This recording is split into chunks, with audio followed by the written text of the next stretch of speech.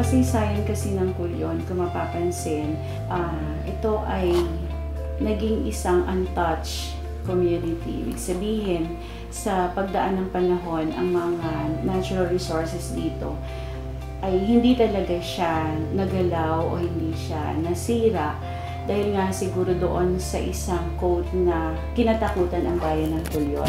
Culion was a reservation for many years. Actually, since 1906 hanggang 1995, it was a reservation na kung saan ay inilaan ang paligid niya, ang mga resources niya, at ang kagandahan ng kanyang, ang kayamanan ng kanyang bayan para po sa tinatawag nating leper colony. Ngayon, naging advantage yun sa pag-develop ito ang ecotourism site dahil na-preserve ang mga natural resources ng Culion. Ecotourism, it's having a tour activity sa isang area na hindi naman naapektuhan dapat yung environment. Para sa akin, ito yung pagdadala ng mga bisita o turista sa isang lugar na at the same time dapat yung environment na ginagawa ng activity is hindi nasisira. Parang kumbaga pagpunta mo doon, kung ano yung pinuntahan, dapat yun pa rin pag-alis. For me, ecotourism yung mga bisita siguro na parang willing talaga na yung pagpunta sa isang lugar na wala namang sinisira. Para sa akin, yung mga ecotourism, sila yung mga responsible talaga ng mga turista na alam nila kung paano gumalaw at mag-enjoy sa area na walang nasisira o nababago kung ano yung dinatnan nila sa isang lugar. Papalapit pa lang sila, you can see the whole island as ecotourism kasi napakaganda ng Culion. When you see its side, yung landscape niya, ang mga bundok namin ay hindi man perfecto pero malalago pa rin. We have a marine protected area, tinatago namin sa pangalang Crowning Glory.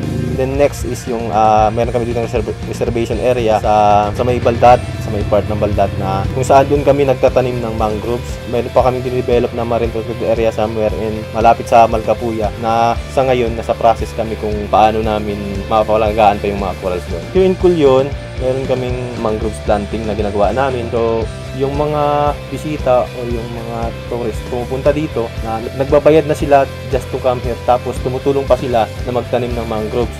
For the place na pinipreserve, lumalago, naiingatan, at the same time pwedeng i-enjoy ng ating mga turista as part of our tourism. Very fascinating experience. We've mainly been snorkeling and being on the beach, so it's a bit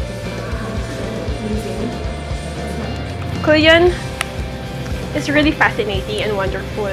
They have preserved not only their natural resources in the sea but also in the land. They are rich in culture and history. Could help preserve resources here.